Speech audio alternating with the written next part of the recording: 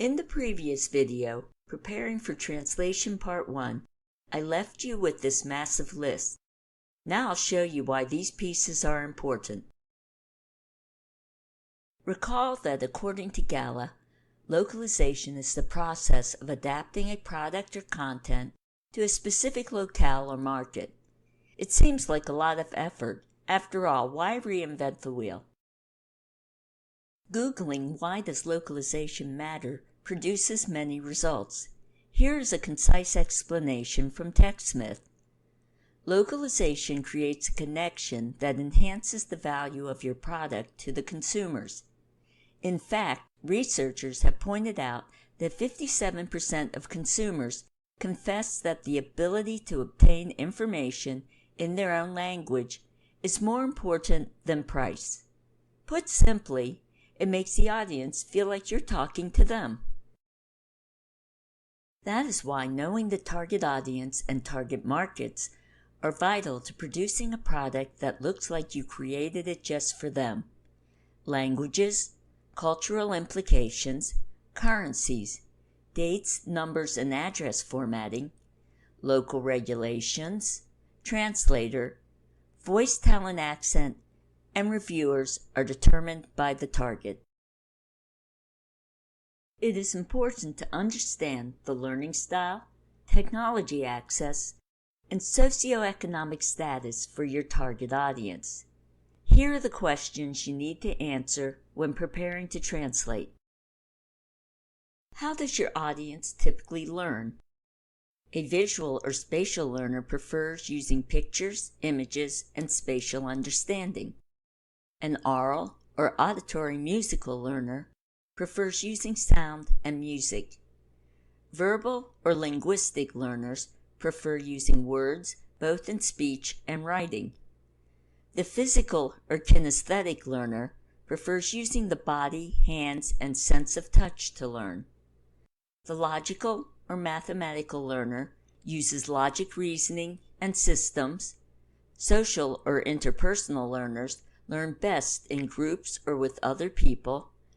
Finally, the solitary or intrapersonal learner prefers to work alone and use self-study. Some learners are a combination of these styles. If the material you are translating is being launched within your company, you have control of the audience's technology. If the material is being launched to a wider audience outside your control, you face another set of issues. Two key barriers to technology adoption in the developing world are electrical power and internet connectivity, including limited speeds. Your target audience might have limited access to devices like PCs, cell phones, and other technology. According to dictionary.com, socioeconomic status refers to the position or standing of a person or group in a society as determined by a combination of social and economic factors that affect access to education and other resources crucial to an individual's upward mobility. Is your target audience well educated or largely illiterate, wealthy or impoverished? Do you need to revise the materials before translating to make sure you address these issues? You might want to read my blog post, I Speak Engineerese. What is your readability score? To learn why simplifying your language improves communication. You'll find a link in the description. The target market determines cultural implications, the language, currencies, and format. Here are the questions you need to answer when preparing to translate. Cultural implications you should be concerned with include: are there issues of discrimination, such as equality, ageism, sexism, or racism? How do people of this culture view leadership or authority? What are the expectations for timeliness? Is punctuality expected, or is an appointed time a suggestion? Are there rituals to follow first before discussing business? Do the rituals differ depending on gender or formal business interactions versus informal interactions? What is considered polite and impolite? What would happen if you offended your target market? Will your monetary references make sense, or do you need to localize them to the target market? Will you need to readjust numbers to reflect currency? For example, $1 equals 1,000 shillings in another country. Is the syntax for citing numbers the same?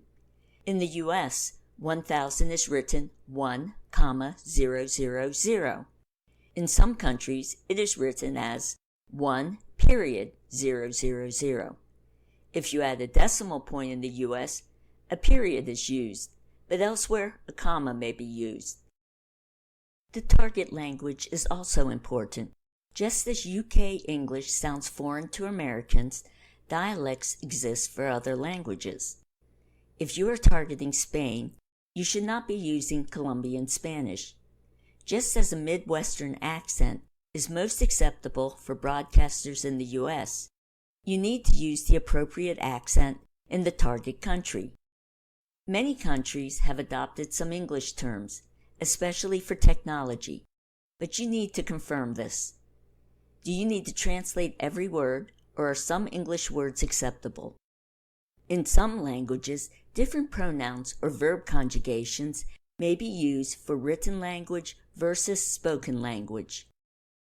Do they use the same date and time format as that used in the document? In the US, we state dates in the month, day, year format. Many other countries use a day, month, year format. The US uses a 12-hour clock, but many countries use a 24-hour clock. To ensure success and avoid offending your audience, make sure that as you prepare to translate, you answer these questions. You'll find them below in the description. Stay tuned for the next chapter, Sourcing Translation, beginning with the video, The Translator. Thanks for watching.